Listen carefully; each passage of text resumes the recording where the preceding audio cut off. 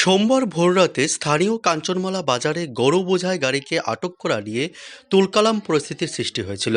এতে উভয় পক্ষ থেকে হাসপাতালে চিকিৎসাধীন। আমতলী থানায় পাল্টা মামলা করা হয়েছে। সোমবার এই ঘটনায় আহত হয়েছেন গোলাঘাটি মণ্ডল যুব মোর্চার সম্পাদক প্রসেনজিৎ দাস এবং অপরপক্ষে একই এলাকার ৮ নং বুথ সভাপতি অভিজিৎ বিশ্বাস। এই ঘটনায় যুব মোর্চার সম্পাদক প্রসেনজিৎ দাসের পরিবারের অভিযোগ ছিল তাকে বুথ সভাপতি সহ আরও বেশ কয়েকজন মারধর করেছে এবং মঙ্গলবার সকালে ৮ নং বুথ সভাপতি অভিজিৎ বিশ্বাস পাল্টা অভিযোগ জানাতে গিয়ে বলেছেন, গরু বোঝাই গাড়ি থেকে মণ্ডল সম্পাদক সহ আরও বেশ কয়েকজন মোটা অঙ্কের টাকা দাবি করতে গিয়েছিল এবং গরুর গাড়ির চালককে মারধর করে তাতে বাধা দিতে গিয়েই দুষ্কৃতিকারীদের হাতে আক্রান্তের শিকার হতে হয় বুথ সভাপতি অভিজিৎ বিশ্বাসকে।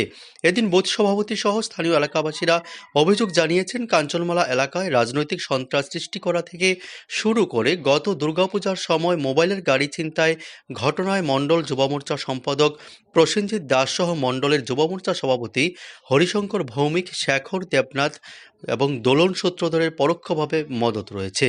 ব্যুরো রিপোর্ট, প্রীতিবার্তা। আপনাদের বিশ্বাস আমাদের ক্ষমতা, আপনাদের বিশ্বাস আমাদের প্রেরণা, আপনাদের বিশ্বাসে আমরা আরও দায়িত্বশীল।